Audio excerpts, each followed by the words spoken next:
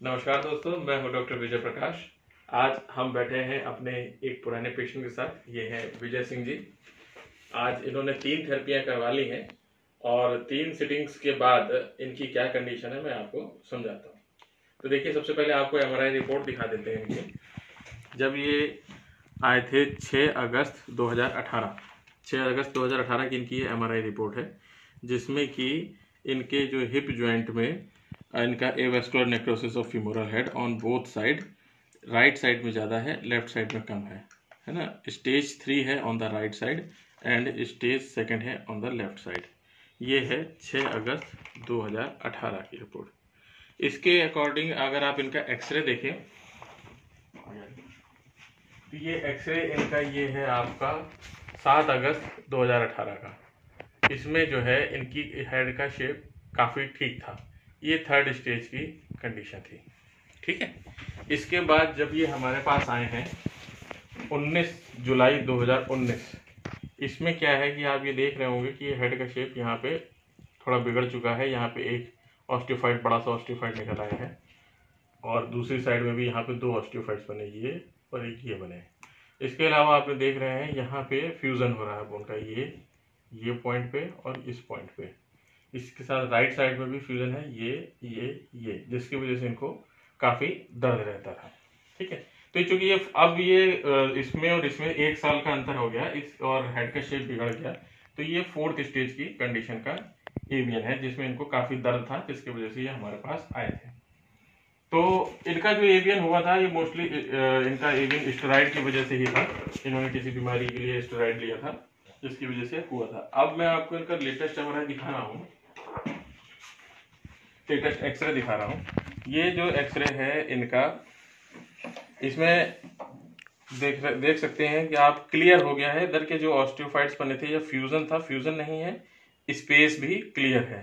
But अभी जो shape बिगड़ा था वो शेप बिगड़ा हुआ है। तभी मैं कहता हूँ कि राइट साइड जो अभी 4th स्टेज के जो पेशेंट हैं, तो उनको जितना कोशिश करें जल्द से जल्द आ जाएं, तो उनका शेप बिगड़ने नहीं पाएगा। अगर इनका शेप बिगड़ जाता है तो शेप को दोबारा बनाना मुश्किल होता है, बट हाँ, फ्यूजन को कम कर सकते हैं। जैसे आप देख सकते हैं कि इसमें फ्यूजन नहीं है और स्पेस मेंटेन है। ऐसे इधर भी फ्यूजन नहीं है, बोन का कहीं भी किसी तरीके से फ्यूजन नहीं है, स्पेस मेंटेन है और अब ये आराम से चल सकते हैं, इनको कहीं कोई दर्द नहीं है, ठीक है। तो विजय सिंह जी, अब आप बताइए, जब आपको सबसे पहले ये हुआ क्यों था, क्या कारण था? सर, मुझे ब्रेन फीवर हुआ था। अच्छा। ब्रेन फीवर के लिए मैं नागपुर बोकार्ड में एडमिट हुआ था। वहाँ पर डॉक्टर साहब ने हमें ओमना कार्टिल 40 mg 3 महीने खिलाया था। ओके। और 3 महीने खिलाने पे मेरे हाथ पाँव में जकड़न हो गई थी, मैं जमीन में बैठ के उठ नहीं पाता था। अच्छा। मैंने डॉक्टर साहब को बताया कि सर ऐसा ऐसा हो रहा है। तो उन्होंने कहा आपका यूरिक एसिड बढ़ा हुआ है। उन्होंने मुझे न्यूरो के पास नहीं भेजा, हड्डी के पास नहीं भेजा। जब ये लगातार स्थिति बिगड़ती चली गई तो मैंने कहा सर कुछ करिए। तब उन्होंने न्यूरो के पास भेजा मुझे। तो उन्होंने जैसे ही मैं न्यूरो के पास गया, उन्होंने तत्काल ओमना कार्टिलेस्टाइड को बंद कर दिया। मैं नॉर्मल हो गया। 1 साल बाद मेरे कूल्हे में दर्द हुआ, ठीक है। उसके बाद मैं नागपुर गया, सिम्स में दिखाया डॉक्टर नीरज बहेटी जी को।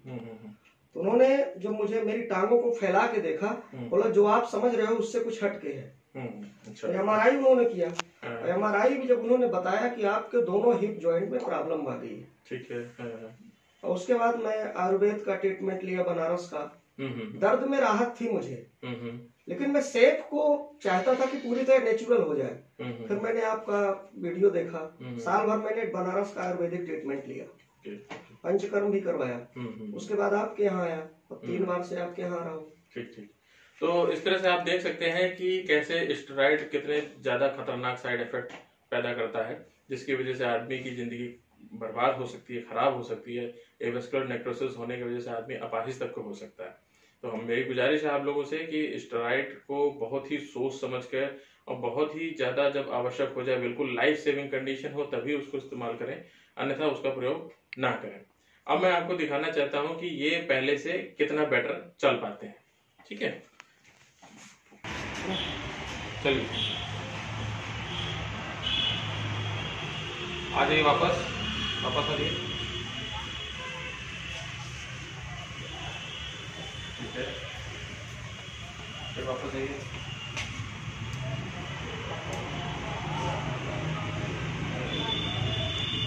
वापस आ जाइए। बिल्कुल एक नॉर्मल इंसान की तरह चल ले रहे हैं। ठीक है, अब देखते हैं कैसे बैठ चलिए। ठीक है, बस वापस आइए। ठीक है, चढ़ने करने में कोई दिक्कत? हल्का दर्द होता है। ठीक, बाकी ऐसे कोई दिक्कत नहीं होती, आप आराम से चल सकते हैं। तो ये जितने भी एवियन के पेशेंट्स हैं उनको सीढ़ी में चढ़ते समय थोड़ा सा ध्यान रखना है, किसी चीज़ का सहारा लेके चलना है। ठीक है, हालांकि ये चढ़ने लायक हो गए हैं, सब अच्छी बात है, मगर जितने भी एवियन के पेशेंट जो हमारे यहाँ से ठीक हो चुके हैं उनको कम से कम 1 साल तक थोड़ा ध्यान रखना है। अब आइए देखते हैं कैसे बैठ लेते हैं। पालती मार के बैठ गए आराम से। ठीक है, कोई दिक्कत नहीं। ठीक ओके। तो देखा आपने किस तरह से चल ले रहे हैं, सीढ़ियों में भी चल ले रहे हैं सावधानी के साथ, और जो है अपना पालती मार के बैठ भी ले रहे हैं, कोई दिक्कत नहीं आ रही है। तो आप ट्रीटमेंट से सेटिस्फाइड हैं? बिल्कुल सर। ठीक है, तो आपने देखा कि ये ट्रीटमेंट से सेटिस्फाइड है, इनको दर्द किसी तरीके का नहीं है। तो आपने जैसे इनका एक्सरे देखा, 4th स्टेज की कंडीशन में था एक्सरे इनका। MRI हालांकि 1 साल पुराना था, जो कि 3rd स्टेज का बता रहा था। तो मेरी आप लोगों से गुजारिश है कि 4th स्टेज जाने से पहले, बात के बढ़ने से पहले आप लोग अपना ट्रीटमेंट करा लें। हालांकि 4th स्टेज में भी संभलेगा, दर्द कम होगा, आराम मिलेगा, सब कुछ होगा, मगर अगर आप चाहते हैं कि एकदम नॉर्मल हो जाए, बिल्कुल नॉर्मल कंडीशन में आ जाए, तो आप लोग 3rd स्टेज की कंडीशन में आ जाए तो आपके लिए ज़्यादा बेटर रहेगा। तो इसी इन्फॉर्मेशन के साथ आप लोगों से विदा लेते हैं, और हमारे चैनल को लाइक करें, सब्सक्राइब करें और शेयर जरूर कर दें, ताकि जिन लोगों को इसकी आवश्यकता है, इस जानकारी की आवश्यकता है, वो लोग सही रास्ते पे आके अपना इलाज करा सकें।